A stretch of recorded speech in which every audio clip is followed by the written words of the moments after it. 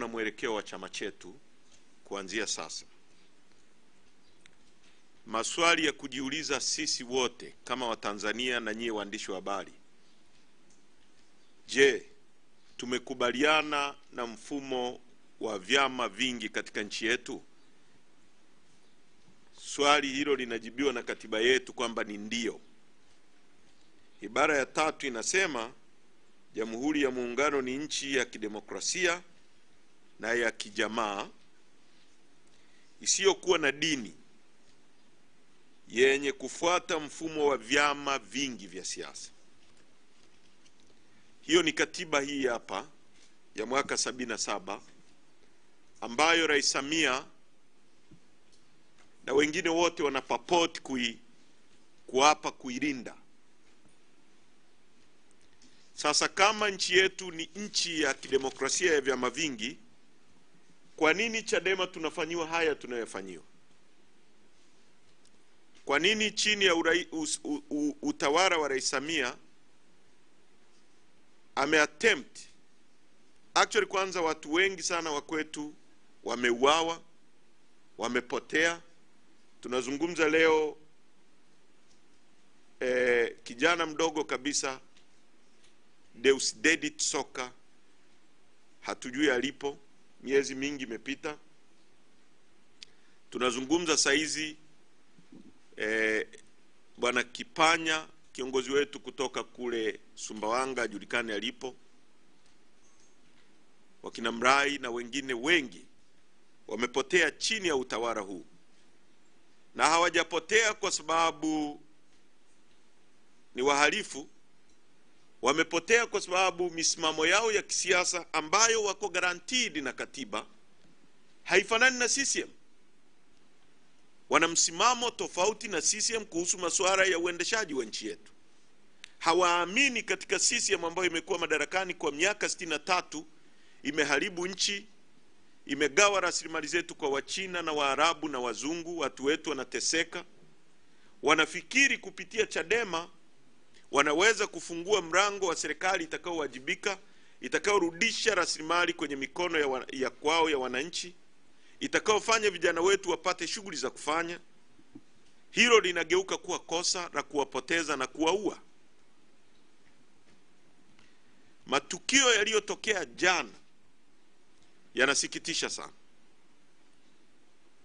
Kila mmoja wetu amesimulia. Sisi viongozi wakuu tulikutana hapa, na actually ni jambo ambalo hatukutegemea kabisa. Tulijua polisi wanaweza kujaribu labda kuzuia watu, lakini kwa viongozi kwenda kwenye hivi, inawezekanaje? Rais Samia, this is a message to you. Ungekuwa wewe umeshtakiwa, una makamu wako Wasira, au unaumwa, let's say unaumwa, alafu Wasira azuiliwe kuja kukuona ukiwa unaumwa, how would you feel? Ungejisikiaje? Asije tu. Inasoma Biblia inasema tuwaombee watu walioko magerezani na wanaoumwa. Kwa Biblia inatambua maeneo hayo mawili. Lissu yuko magereza kwa kesi kubwa ya uongo, ya treason. Na kila mara najaribu kulirudia hili jambo ili mlicomprehend. Hukumu yake ni kunyongwa mpaka kufa. Hiyo kesi inampelekea Lissu wakimconvict, na kwa jinsi hii nchi inavyoendeshwa, they can do anything. Wanaweza kumconvict. Kwa sababu kama wana attempt kuendesha hiyo kesi gizani, watu wasiwepo, watu wasisikie, vyombo vya habari viko controlled. Angalia namna mlivyo ripoti matukio ya jana. Matukio makubwa kabisa. Mmepiga picha kiasi gani? Hata picha ambazo zimezagaa nyingi ni ambazo volunteer tu wamepiga. Lakini vyombo vya habari kama vyombo vya habari vya Tanzania, ukiona matukio mliofanya na you think you are safe. Na mimi sitaki waraumu, lakini nataka mfikirie mambo kwa depth yake. Kwamba watu wanafikiri mimi niko behind the camera, I'm safe. You are not. Hamko salama katika mazingira haya. Sasa unapozuia, unataka kesi iendeshwe gizani. Sisi tumekataa kesi ya Lissu kuendeshwa gizani. Hilo jambo hatuwezi kulikubali. Na Lissu mwenyewe ni mwanasheria, sidhani kama atakubali hilo jambo. access ya mawakili kumuona ni ndogo mno. Wakili anaruhusiwa kumuona mtuhumiwa wakati wote. Wamefanywa hivyo kina Mandela wakiwa kwenye Livonia trial, na Makaburu wameruhusu mawakili kwenda kumuona Mandela. Leo Lissu anazuiliwa, mawakili wanakuwa controlled. Watu wa Amnesty wa haki za binadamu wamekuja, hawajaruhusiwa kwenda kumuona Lissu. Kwa kesi inataka kufungwa hivi, mara hukumu itoke, Lissu ananyongwa. Na haya ni mambo planned, kwa sababu ile ni kesi ya kisiasa. Sasa matukio yaliyojitokeza jana yote yana culminate kwenye mambo haya tunayoyaona. Sisi tumezuiliwa. Mimi ni makamu mwenyekiti wa chama. Haijawahi kutokea, ni issue ya ajabu kweli kweli. Hata wakina Mandela waliposhtakiwa, viongozi wenzake waliruhusiwa. Livonia trial kulikuwa na speaker nje ya mahakama. Chini ya Makaburu, napozungumza hivi ni chini ya watu waliobagua watu weusi, watu waliosema ukiwa na ngozi nyeusi wewe sio binadamu. Lakini still waliweza kuruhusu hao watu walioamini sio binadamu waje kusikiliza kesi ya mtu ambaye sio binadamu wenzao. Sasa leo mtu mweusi mwenzetu, Mtanzania mwenzetu, tunayelipa kodi anayotumia, anazuia sisi tusiende kusikiliza kesi ya kiongozi wetu. Haiwezi kutokea. Tutakufa katika mazingira, watatuua wote. Lakini nawahakikishia wanachadema hawataacha kwenda, na natoa wito mwanzo kabisa kwamba kesi ijayo kutakuwa na mobilization zaidi ya wanachadema wengi zaidi kwenda mahakamani. Hatutaenda kwa fujo kama kawaida, lakini nataka nimwambie Rais Samia, haya mambo haya yatakuweka watu wakujue wewe ni nani kwa usahihi, kwa sura halisi ya kwako. Damu za watu zina madhara makubwa sana kwa mtu yoyote, kwa kiongozi yoyote. Usipolipa wewe, watalipa watoto wako kwa njia mbalimbali. Mimi nimetoka hapa, tumeondoka hapa saa 1:30 asubuhi, na makamu gari yake ikiwa mbele, makamu Zanzibar, na walikuwa na naibu, na gari yangu ikiwa imefuatana nao. Wao si walipenya vipi pale Surrender Bridge wakavuka, mimi nikasimamishwa pale Surrender Bridge. Polisi wakaongezeka, wakaniamuru nishuke kwenye gari. Mimi nikaambia kwa nini nishuke? Utaratibu wa nchi yetu, kama mnani arrest mnaniambia bana Heche uko chini ya ulinzi kwa kosa hili, tunakupeleka same fraud. Lakini wakaongezeka. Kuna bwana mmoja anaitwa Mgonja, somebody Mgonja, na mwingine anaitwa Shomari Himbuka. Wakaita polisi. Shomari Himbuka ana nyota 3, na yule bwana Mgonja nafikiri ni RPC wa Ilala, kwa sababu tulikuwa naye tangu siku ya kwanza kule. Wakaongeza magari pale baada ya mimi kusema sishuki kwenye gari na hakuna sababu ya kunizuia kwenda ninakoenda. Wakaongeza polisi pale, wakaniambia wataniforce, watanishusha kwa nguvu. Nikaambia fanyeni. Mwisho wa siku tukajadiliana na wasaidizi wangu, wakaniambia wewe shuka, kwa sababu waliniambia wananiingiza kituoni Surrender Bridge. Nikashuka kwenye gari, wakaniambia twende kituoni. Nimeenda kituoni, kufika pale kituoni Mgonja akatuzuia, mnampeleka wapi? Nikamwambia wameniambia wananipeleka kituoni, kwa sababu mimi kuniambia naenda kituoni nilikuwa tayari kwa hiyo. Akalazimisha nipande kwenye gari la polisi, nikakataa. Kwa sababu mimi niko kituoni, niingizeni kituoni. Wakanipandisha kwenye gari kwa nguvu. Na bwana mmoja namba zake nafikiri tutazitoa baadaye, anaitwa Maria, jina lake anaitwa Maria. Wakaniforce na huyo bwana Imbuka, wakanipandisha kwenye gari na wasaidizi wangu wote. Gari ya polisi namba PT 5524. Ilikuwa kwenye saa 1:47 kuelekea saa 2. Wakaondoka na sisi pale. Peter Kawe wakaingia mpaka kule Bahari Bichi, wakaingia kwenda Ununio. Kwa hiyo wakawa wanazunguka na sisi kule Mabwepande, si wapi Ununio umo wanazunguka. Mwisho wa siku wakatupeleka kwenye saa 4, wakatupeleka kituo cha polisi wapi pale?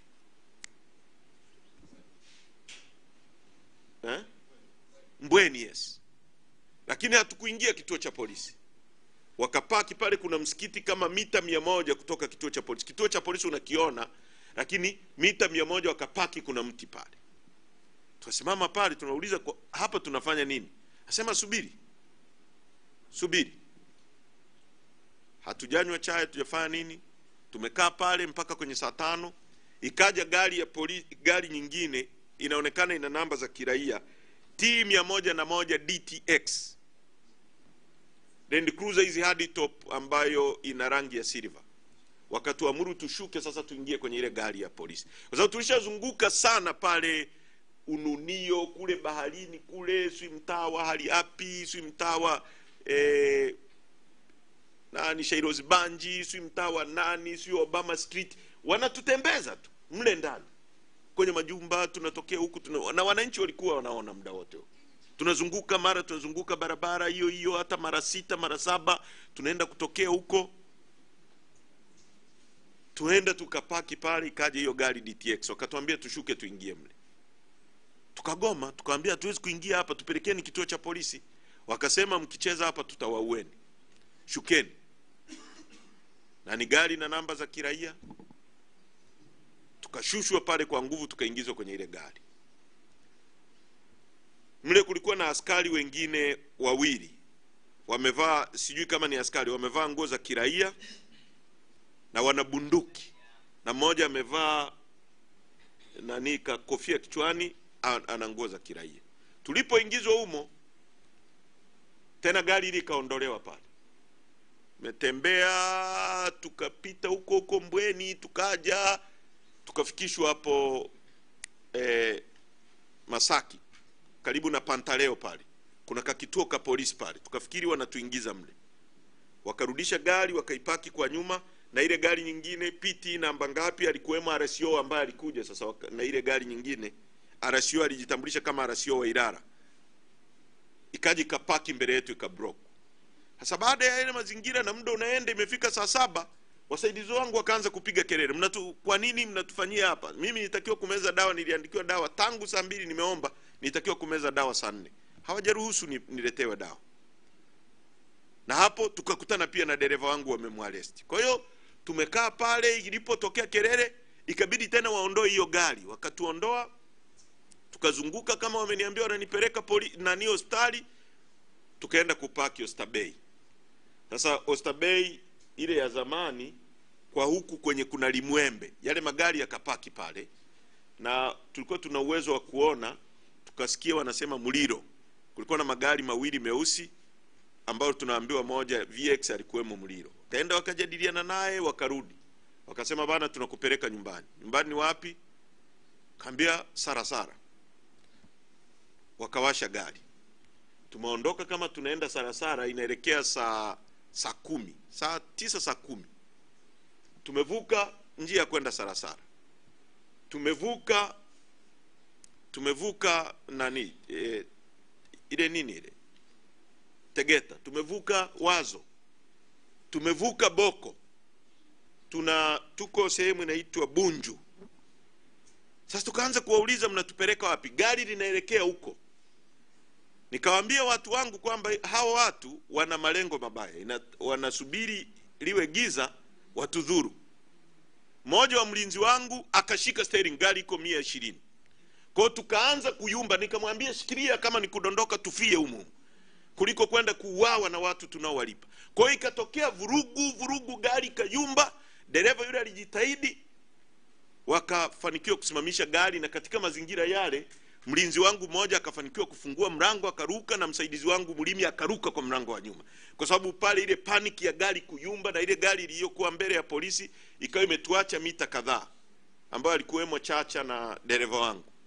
Kwa mazingira ya sisi labda pona yetu ni baada ya hawa mabwana wawili kushuka na yowe ikapigwa pale, kwa sababu walisimama ili wawakimbize, lakini raia wakaanza kuongezeka. Kwa sababu nilikuwa namsikia msaidizi wangu anasema Heche yuko humo anaenda kuuawa, saidieni. Watu wakaanza kukimbia kusogea pale, wakaona italeta vurugu, wakaondoa magari. Kwa hiyo nafikiri ndio pona yetu sisi katika mazingira hayo, wasitupeleke sehemu mbaya. Kwa hatukushushwa katika mazingira ya kawaida, ni baada ya watu ambao waliruka kwenye gari na kwa sababu wameisha kaa na wale watu kuanzia asubuhi mpaka mchana mpaka jioni, wangeweza kuwataja kwa majina kwamba tulikuwa na wewe na wewe na wewe. Ndio sasa polisi wakaamua wakatupeleka kituo cha polisi, wakapaki pale pale Mbweni, tena pale kwenye msikiti. Tangu saa 11 mawasiliano yanafanyika, huyo RCO, mpaka saa 2 usiku ndio wakatupeleka kituo cha polisi Mtongani, Kunduchi Mtongani, kakituo kadogo tu hivi. Wakatuchaji, wakatuambia wanatushtaki kwa kosa la kufanya mkusanyiko wenye vurugu. Lakini kini macho tu, kwa sababu walituandikisha. Mimi nikamwambia mimi sina maelezo, sijara tangu asubuhi, siko settled, sijanywa hata maji. Kwa hiyo wakasema tu tunaandika particular zako, tutakuita muda tunaotaka, kwa hiyo umejizamini. Hakuna hata sehemu nilio sign kama nimezaminiwa. Sasa haya mambo yanatuambia nini? Kwamba tuna jeshi la polisi linaloteka wa Tanzania, na uthibitisho ni sisi na wengine wote. Mmemsikiliza alichozungumza Noel Hema.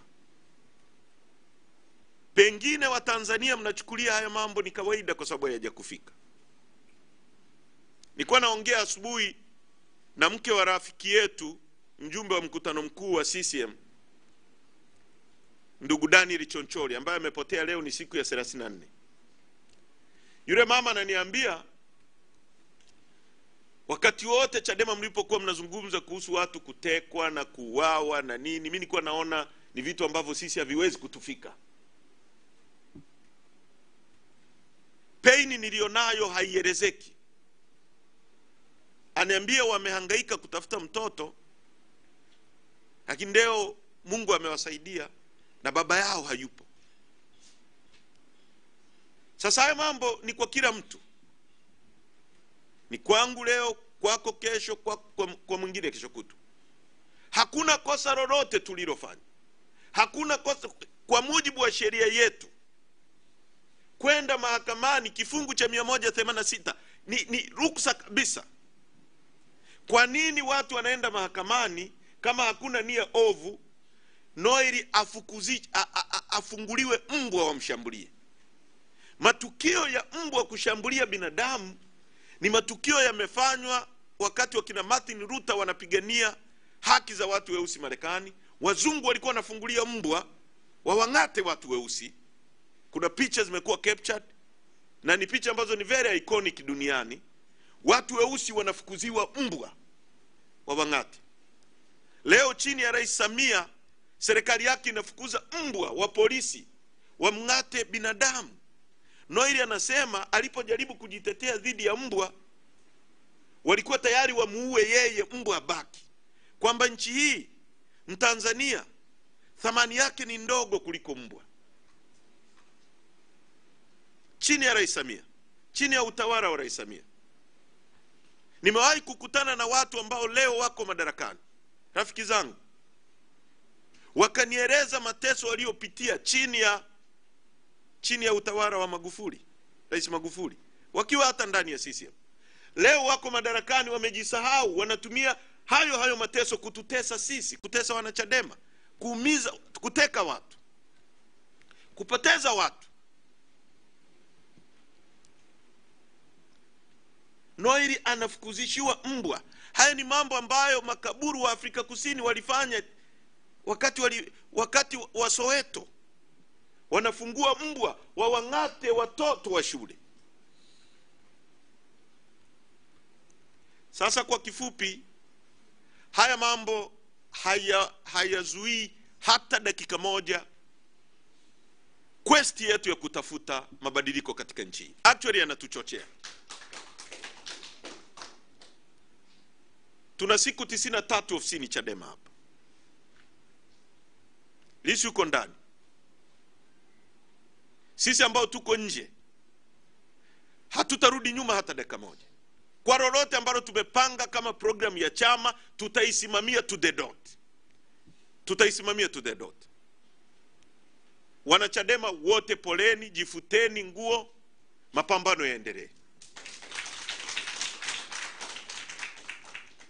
Damu zetu wanazomwaga ni kwa ajili ya kutafuta nchi njema kwa watoto wetu, ili mtoto wa Noeli asije akapitia haya Noeli aliyopitia, ili mtoto wa Upendo asije akapitia haya Upendo aliyopitia, kwa sababu Upendo hana kosa,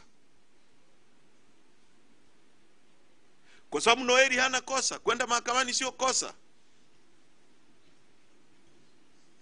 Kwa hiyo tunataka haya mambo waelewe kwamba hakuna kiwango cha vitisho, hakuna kiwango cha udhalilishaji, hakuna kiwango cha mauaji kitakachozuia wala kurudisha nyuma kiu yetu ya kutafuta mabadiliko. Tunajua, tuna taarifa na tunajua mipango miovu dhidi ya chama chetu. Sisti Nyahoza, unajua ulipokuwa mkiwa na Salehe Bohora, mnajua anayewatuma, mna attempt kuifuta Chadema. Na waambia mmechelewa sisti. Ifuteni hata kesho. Hizi kesi mnazoona zinatumia majina ya wanachadema, walioko nyuma yao ni kina Sisti Nyahoza, kina huyu bwana anaitwa Salehe Bohora. Wanajua, na sisi tuna ushahidi. Attempt yao ya mwisho ni kufuta chama hiki, kwa sababu chama hiki kinafanya kazi halisi ya kuwatafutia Watanzania mabadiliko wanayohitaji. Sasa haitakuwa rahisi sana kama wanavyofikiria. Lakini vile vile niwakumbushe kwamba labda kama hawasomi historia, ANC ilikuwa banned, ilifutwa. Hata kutamka neno ANC ilikuwa haikubaliki, haitakiwi. Lakini iko hapa. Unajustify vipi kipigo alichopata naibu katibu mkuu ambaye hakuwa hata na wembe? Kwa nini watu wetu wote waliokamatwa wamevunjwa miguu na mikono? Why? Waandishi wa habari, ulizeni ama swali, muulizeni Muliro. Kwa nini watu wamevunjwa? Kwa nini kila aliyekamatwa wamevunjwa? Kwa nini wameattempt kuvunja kila mtu, kumfanya awe mlemavu? Ni coincidence ya aina gani hiyo ambao watu karibia 23, watu karibia 10 na kitu wamevunjwa? Hawa ni watu waliokuwa specially trained kwa ajili ya kuja kuumiza watu wasiokuwa na hatia bila kosa. Kosa lao ni kwenda mahakamani. Kwa hiyo niseme tu mambo mawili ya mwisho. La kwanza, tumekutana na watu wa haki za binadamu, watu wa Amnesty na watu wengine wa haki za binadamu kutoka nchi mbalimbali. Tunategemea kuongeza mawakili zaidi wa kimataifa kutoka nchi zote za Afrika Mashariki na Kati, senior lawyers, siku ya kesi ya Mheshimiwa Lissu tarehe 28 na tarehe 6, na wote tutaenda mahakamani. Tunamshukuru Martha Karua kwa solidarity yake, kwa kuonesha mshikamano katika wakati huu mgumu kwetu kama Watanzania. Tuna mawakili wa haki za binadamu wako hapa, wanaangalia vifungu mbalimbali kwa kushirikiana na mawakili wetu wa chama, ambao wataanza kukutana na watu wote walioumizwa leo na kudokumenti. Kwanza tutawafanyia documentary ya mahojiano ya kina, lakini kuangalia namna ya kufungua kesi ndani ya nchi na nje ya nchi. Tunafungua kesi ndani ya nchi kwa sababu ya record, mazingira ya mahakama zetu wote tunafahamu, lakini ni vizuri tukaweka record ndani ya nchi kwamba tulifanya hiki kitu. Na tunatoa wito kwa Jaji Mkuu Ibrahim Juma aangalie mazingira haya, kwamba yeye anaongoza muhimili wa mahakama, lakini polisi ambao wako kwenye muhimili wa serikali ndio wanapanga kila kitu kinachofanyika mahakamani, na yuko kimya. Sio jambo la kawaida. Tulitegemea kama ni mahakama inasema msije mahakamani, sisi tusikilize mahakama na itoe sababu kwa nini. Lakini leo polisi ndio wanamshtaki Lissu, polisi ndio wanamshikilia Lissu na vyombo vya serikali, lakini hao ndio wanakwenda mahakama, wanaagiza nini kifanyike mahakamani, wanapiga watu kwenye viunga vya mahakama, watu wamekamatwa, Hilda amekamatwa kwenye viunga vya mahakama haonekani. Wakati tuna taarifa amekamatwa pale na yuko kituoni Central haonekani. Ndugu zake hawajui alipo. Kwa hiyo tutawashtaki hawa, tutawashtaki ndani ya nchi na tutawashtaki nje ya nchi. Kuanzia leo mawakili wetu watashughulika hizi kesi na ile iliyofanyika Mbeya, kwa sababu iko kwenye mchakato na inaelekea kukamilishwa. Tutawashtaki kwa majina. Tutamshtaki Muliro. Kwanza tutaanza kuangalia Muliro yuko ofisini vipi, kwa sababu tunaambiwa ni mtu ambaye amevuka umri wake. Inawezekana anapalilia hajajiandaa kustafu. Hivi ongeza muda hivi vinamsababisha ajifurahishe, amfurahishe, na anafanya kupita kiasi. Na wengi wamepita kwenye hizo ofisi leo wanaadhirika sana sana. Namwambia tu akasome kitabu cha Jamali Rwambo. Alikuwa kama yeye. Mzee Jamali Rwambo mtu mstaarabu sana. Ameandika kwenye kitabu chake, anasema hata alipo kuna RPC moja alistafu akapewa zawadi ya hotpot. Unatumikia watu ambao wanauza madini ya nchi, wanakuwa matajiri, wanajilimbikizia mali ugaibuni China na Dubai. Unapostafu wanakupa hotpot kwa kufanya unyama huu wote, na mtoto wako hata kuwa RPC kesho kutwa anaweza akapigwa au akaishia kuwa mvuta bangi tu mtaani. Kwa ndugu zangu, chama chetu kiko imara, kinasimamiwa vizuri sana, kitaendelea kufanya kazi zake. Kuna attempt na kuna mashambulio kama alivyosema katibu mkuu kila kona, lakini tuna uongozi imara wa kutuvusha turbulence tulizo nazo na hatuangalii nyuma. Rais Samia na kuambia na watu wako, no turning back. No turning back. Hatugeuki nyuma. Katika hatua za baadaye tutataja hawa watu, kwa sababu na sisi tunajua. Tuna taarifa za ndani sana. Kila mpango tutataja mmoja baada ya mwingine. Ulikaa kikao sehemu fulani, mpango wako ulikuwa huu. Waliofanya hivi ni hawa. Lakini nawaomba sana ndugu waandishi wa habari, timizeni wajibu wenu kwa nchi yetu. Hamuipiganii Chadema wala hamumsaidii Heche, wala ili jambo la nchi yetu kuwa state kuwa captured na kigrupu cha watu na kuelekeza nini kifanye na kunyanyasa watu. Sio swala la Heche as a person, ni swala letu kama wa Tanzania. Haya mambo Chadema inapopigania, inayoyapigania utawala wa sheria, rasilimali za nchi yetu, kutumika kwa ajili ya maendeleo ya nchi yetu, sio kwa ajili ya John Heche na familia yake peke yake. Sisi tuko mbele tu. Timizeni wajibu wenu. Mnapokutana na hao watu waulizeni. Saidieni Muliro anapokuja kugonga kifua mbele yenu. Muulizeni, unasema hii kwa mujibu wa sheria ipi? Unazuia watu wasiende mahakamani kwa mujibu wa sheria. Muulizeni. Jana waandishi wa habari wamepigwa. Cha ajabu katika nchi hii, hata wale waandishi wenyewe ukiwasikia wanaongea ni kama wanaongea kama vile haya matukio. Waandishi wa habari hata kule Gaza wanaruhusiwa kupiga picha katika mazingira mnayojua Israeli inavyo-operate. Iweje Tanzania waandishi wa habari wanazuiliwa kufanya kazi zao kwenye premises za mahakama? Na hili jambo halija surface. Ukisikiliza vipindi vya redio asubuhi unashangaa. Tuna taifa la aina gani ambalo watu wanazuiliwa kufanya kazi zao na wanapiga makofi kwa wale wanaowazuia kwa sababu wamekupa shilingi 2,000, 3,000, 4,000?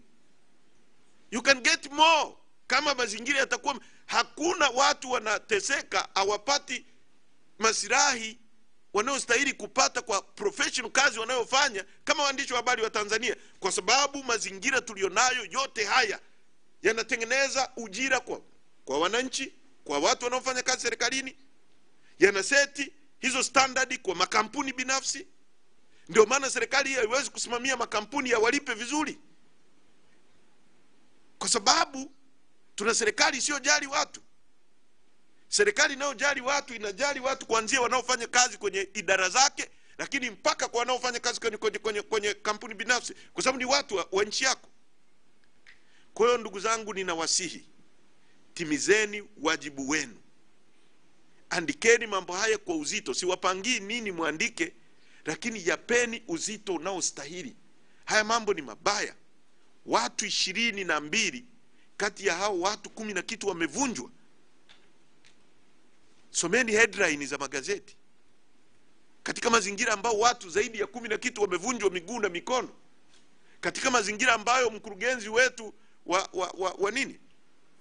wa fedha amevunjwa mguu, amevunjwa mkono, ameumizwa mbavu. John Pambaru, mwenyekiti wetu wa vijana, nani amjui? Inakuwaje mtu ambaye amekamatwa yuko chini ya ulinzi wa polisi anaendelea kupigwa? Ni kwa sheria zipi? Wakinatoa wakivua nguo hapa mtalia. Ninawasihi sana wa Tanzania, tusikubaliane na hali hii. Na watia moyo wanachadema popote mlipo nchini, mapambano yaendelee. Giza likiwa kubwa sana, asubuhi inakaribia. Na nawashukuru sana kwa kweli. Wametisha watu sana, lakini umeona watu walijitokeza kwenda mahakamani. Kwa hiyo watu wetu wamepeleka message kwamba Muliro, hatukuogopi. Hii nchi sio ya kwako, sio ya Charamira. Hii nchi ni ya kwetu sote. Na sisi tunasimamia kufuata sheria. Na washukuru sana mliokuja mahakamani. Naendelea kuwahimiza wengine wote, siku zote za kesi, twende mahakamani. Na safari ijayo tutajitokeza kwa wingi zaidi. Na niwasihi twende kwa amani hivyo hivyo. Wametuumiza, lakini nataka niwahakikishie hawana amani. Nyie mna maumivu ya mwili, wao wana maumivu makubwa sana kwa sababu ya dhuluma waliotufanyia. Na Mwenyezi Mungu yuko pamoja na sisi. Asanteni sana kwa kunisikiliza na Mungu awabariki. Asanteni ndugu waandishi wa habari, tumefikia mwisho.